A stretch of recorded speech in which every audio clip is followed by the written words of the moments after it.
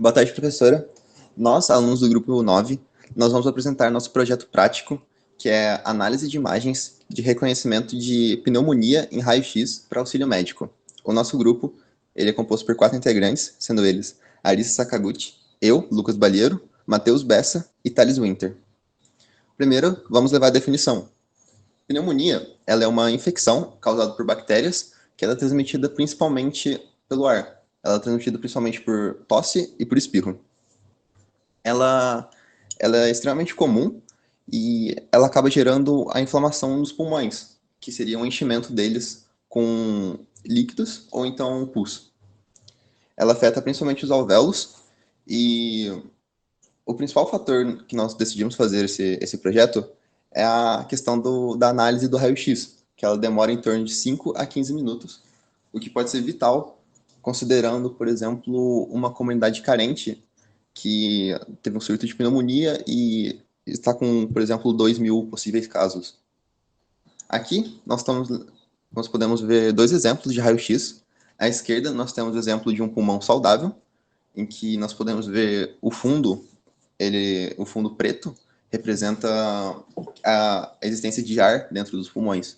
E à direita nós temos um pulmão não saudável, que a gente pode ver pelo pulmão um pouco mais esbranquiçado.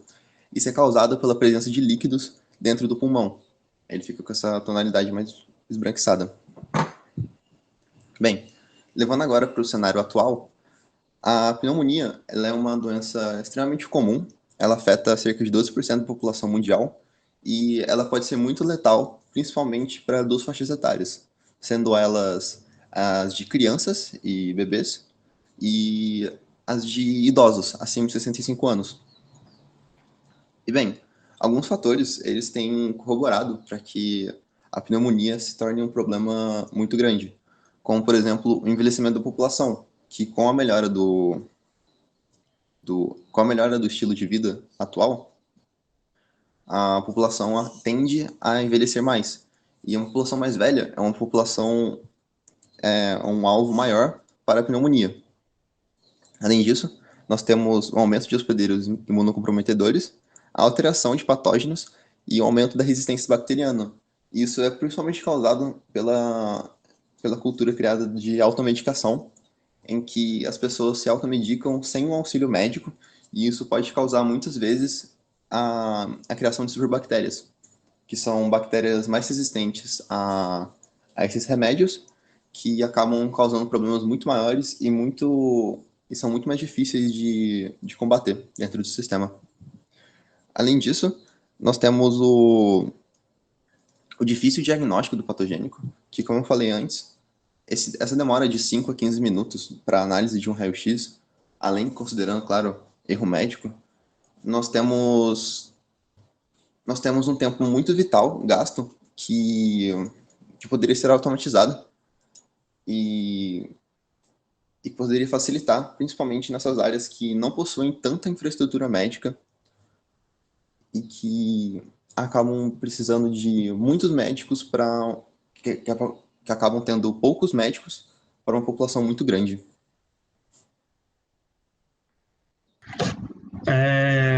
Eu vou falar um pouco da parte de introdução também, mas como o método hoje em dia é usado, né, para essa análise.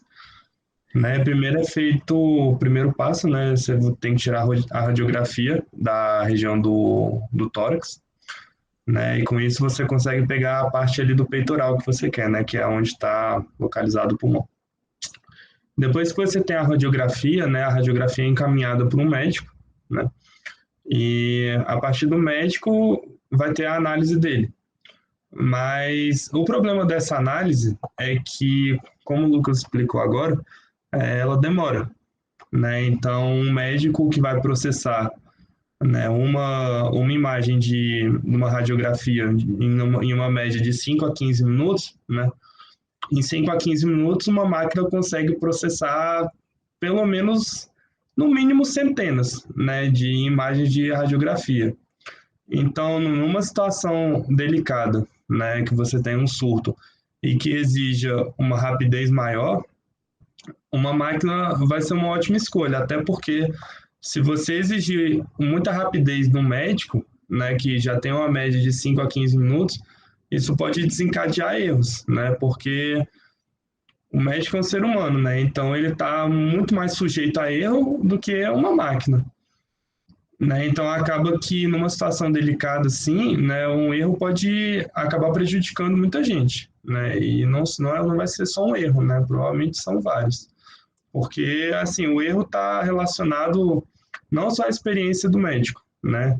Mas também ao cansaço, tudo, né? Tudo que um ser humano normal passa, né?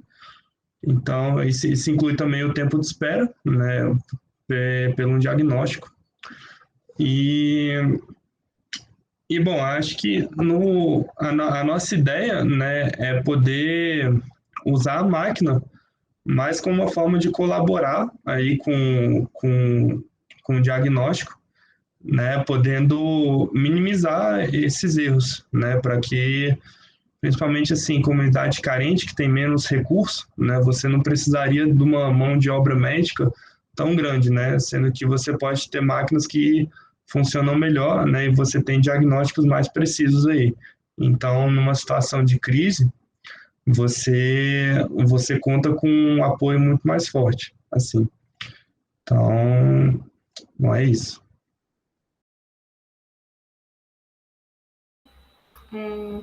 A partir do que o Vesco falou sobre a inteligência artificial, então, e a nossa ideia, né, de utilizar isso a favor do diagnóstico de pneumonia, aprofundando um pouco nessa questão, o nosso objetivo é utilizar as características que a inteligência artificial tem, que seriam a invariabilidade e a velocidade, com o objetivo de melhorar a precisão na detecção da pneumonia e também a redução de custos, que seria feita, no caso, por meio do aumento dos dados em imagens médicas e o aprofundamento em pesquisa dessa área de inteligência artificial.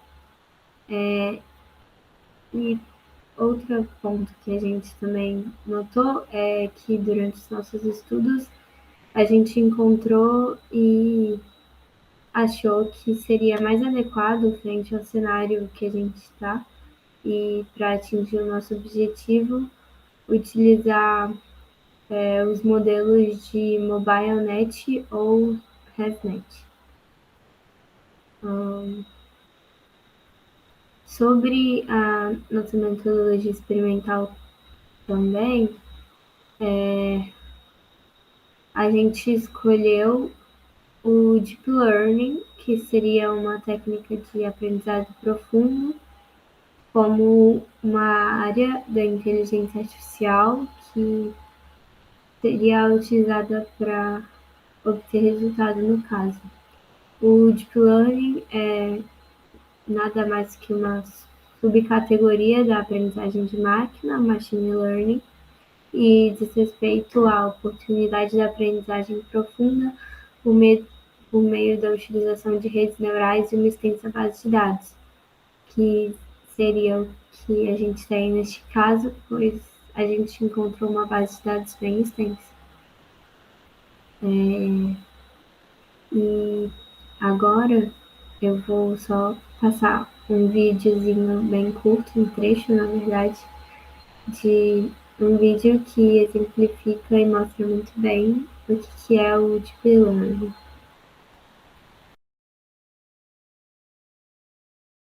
Now, let's dive into the working of neural networks. Here, we have 3 students. Each of them write down the digit 9 on a piece of paper. Notably, they don't all write it identically. The human brain can easily recognize the digits. But what if a computer had to recognize them? That's where deep learning comes in. Here's a neural network trained to identify handwritten digits. Each number is present as an image of 28 times 28 pixels. Now, that amounts to a total of 784 pixels. Neurons, the core entity of a neural network, is where the information processing takes place. Each of the 784 pixels is fed to a neuron in the first layer of our neural network. This forms the input layer. On the other end, we have the output layer with each neuron representing a digit with the hidden layers existing between them. The information is transferred from one layer to another over connecting channels. Each of these has a value attached to it, and hence is called a weighted channel. All neurons have a unique number associated with it called bias. This bias is added to the weighted sum of inputs reaching the neuron, which is then applied to a function known as the activation function. The result of the activation function determines if the neuron gets activated. Every activated neuron passes on information to the following layers. This continues up till the second last layer. The one neuron activated in the output layer corresponds to the input digit. The weights and bias are continuously adjusted to produce a well-trained network.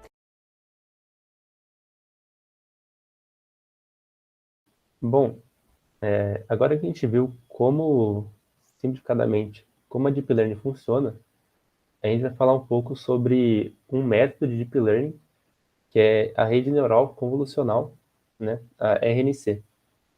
Bom, antes de mais nada, é bom falar que esse método ele é muito utilizado para reconhecimento de imagens e reconhecimento de padrões em imagens. E lembrando, né, é justamente isso que a gente precisa, porque o nosso objetivo é implementar uma inteligência artificial que consiga classificar uma radiologia de uma pneumonia entre normal ou pneumonia. E utilizar um método que reconhece padrões de imagens é perfeito para o que a gente busca. Bom, então, basicamente, o que é uma RNC? Ela funciona basicamente com 3 camadas, uma camada de convolução, uma camada de pooling e uma camada densa. O que são essas camadas? A primeira camada, a de convolução, a partir da nossa imagem de entrada, a gente extrai recurso dessa imagem utilizando um operador matemático, um operador convolucional. E depois disso, a gente vai para a camada de pooling, que é uma camada que a gente pega as informações obtidas dos dados de entrada, agrupa eles, reduz os parâmetros e acelera esse processo.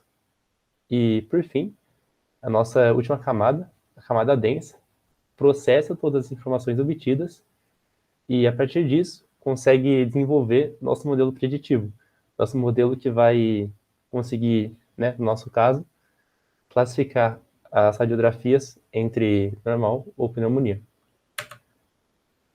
Bom, aqui um esqueminha, né, sobre uma rede neural convolucional. Primeiro tem a nossa camada de entrada, nossa imagem de entrada. Aí, através das conexões, a gente vai agrupar essas informações para desenvolver nosso último modelo, nosso modelo preditivo, modelo de saída. Aqui a gente colocou o que eu acabei de falar em um esqueminha, para ficar mais didático, né? Que a primeira camada detecta as informações, a segunda seleciona as informações e reduz a quantidade de atributos, para desenvolver nosso modelo preditivo na terceira camada. Aqui também um último esqueminha, que, né, a gente pode ver que através da nossa imagem de entrada, né, no caso uma radiologia de um pulmão, radiografia de um pulmão, a gente vai para nossas camadas, que eu acabei de citar, e desenvolve uma última camada que vai discernir, por exemplo, ali entre A e B, em que, por exemplo, o A poderia ser normal e o B poderia ser pneumonia. Bom, agora que a gente entendeu um pouco sobre como funciona uma rede neural convolucional, a gente vai passar um videozinho explicando como esses métodos, né, como a inteligência artificial pode ser usada para esse fim específico que a gente quer buscar, que é a classificação de radiografias de pulmão, entre normal ou pneumonia. Esse vídeo aqui vai falar um pouco sobre isso, e no final a gente vai concluir o Dear fellow que a gente espera scholars, nessa this is primeira 2 Minute Papers with Caro e João Ferreira. In this work, a 121-layer convolutional neural network is trained to recognize pneumonia and 13 different diseases. Pneumonia is an inflammatory lung condition that is responsible for 1 million hospitalizations and 50,000 deaths per year in the US alone. Such an algorithm requires a training set of formidable size to work properly. This means a bunch of input-output pairs. In this case, one training sample is an input frontal X-ray image of the chest, and the outputs are annotations by experts who mark which of the 14 sought diseases are present in this sample. So they say like, this image contains pneumonia here, and this doesn't. This is not just a binary yes or no answer, but a more detailed heat map of possible regions that fit the diagnosis. The training set used for this algorithm contained over 100,000 images of 30,000 patients. This is then given to the neural network, and its task is to learn the properties of these diseases by itself. Then, after the learning process took place, previously unseen images are given to the algorithm and a set of radiologists. This is called a test set, and of course, it is crucial that both the training and the test sets are reliable. If the training and test set is created by one expert radiologist, and then we again benchmark a neural network against a different, randomly picked radiologist, that's not a very reliable process because each of the humans may be wrong in more than a few cases. Instead, the training and test set annotation data is created by asking multiple radiologists and taking a majority vote on their decisions. So now that the training and test data is reliable, we can properly benchmark a human versus a neural network. And here's the result. This learning algorithm outperforms the average human radiologist. The performance was measured in a 2D space where sensitivity and specificity were the two interesting metrics. Sensitivity means the proportion of positive samples that were classified as positive, and specificity means the portion of negative samples that were classified as negative. The crosses mean the human doctors, and as you can see, whichever radiologist we look at, even though they have very different false positive and negative ratios, they are all located below the blue curve, which denotes the results of the learning algorithm. This is a simple diagram, but if you think about what it actually means, this is an incredible application of machine intelligence. And now, a word on limitations. It is noted that this was an isolated test. For instance, the radiologists were only given one image, and usually when diagnosing someone, they know more about the history of the patient that may further help their decisions. For instance, a history of a strong cough and high fever is highly useful supplementary information for humans when diagnosing someone who may have pneumonia. Beyond only the frontal view of the chest, it is also standard practice to use the lateral views as well if the results are inconclusive. These views are not available in this dataset, and it is conjectured that it may sway the comparison towards humans. However, I'll note that this information may also benefit the AI just as much as the radiologists, and this seems like a suitable direction for future work. Finally, this is not the only algorithm for pneumonia detection, and it has been compared to the state-of-the-art for all 14 diseases, and this new technique came out on top on all of them. Also, have a look at the paper for details because training a 121-layer neural network requires some clever shenanigans, as this was the case here too. It is really delightful to see that these learning algorithms can help diagnosing serious illnesses and provide higher quality healthcare to more and more people around the world, especially in places where access to expert radiologists is limited. Everyone needs to hear about this.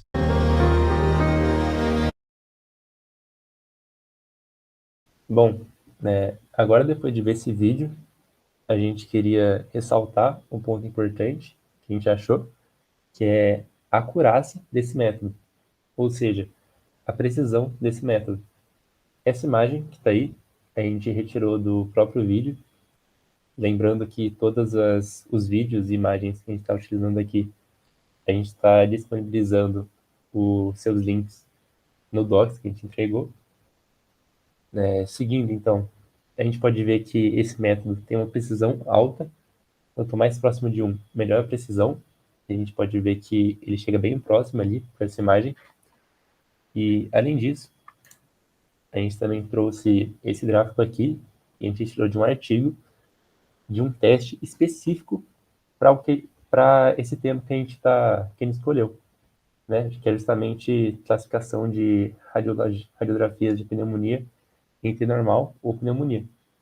E a partir de testes desses modelos, a gente pode observar que tem uma precisão muito alta, principalmente os modelos MobileNet e ResNet 18, que a gente citou no início do vídeo. Bom, então é isso. Essa primeira parte era mais uma introdução sobre o nosso trabalho, e nas próximas entregas a gente pretende desenvolver e se aprofundar mais no nosso objetivo.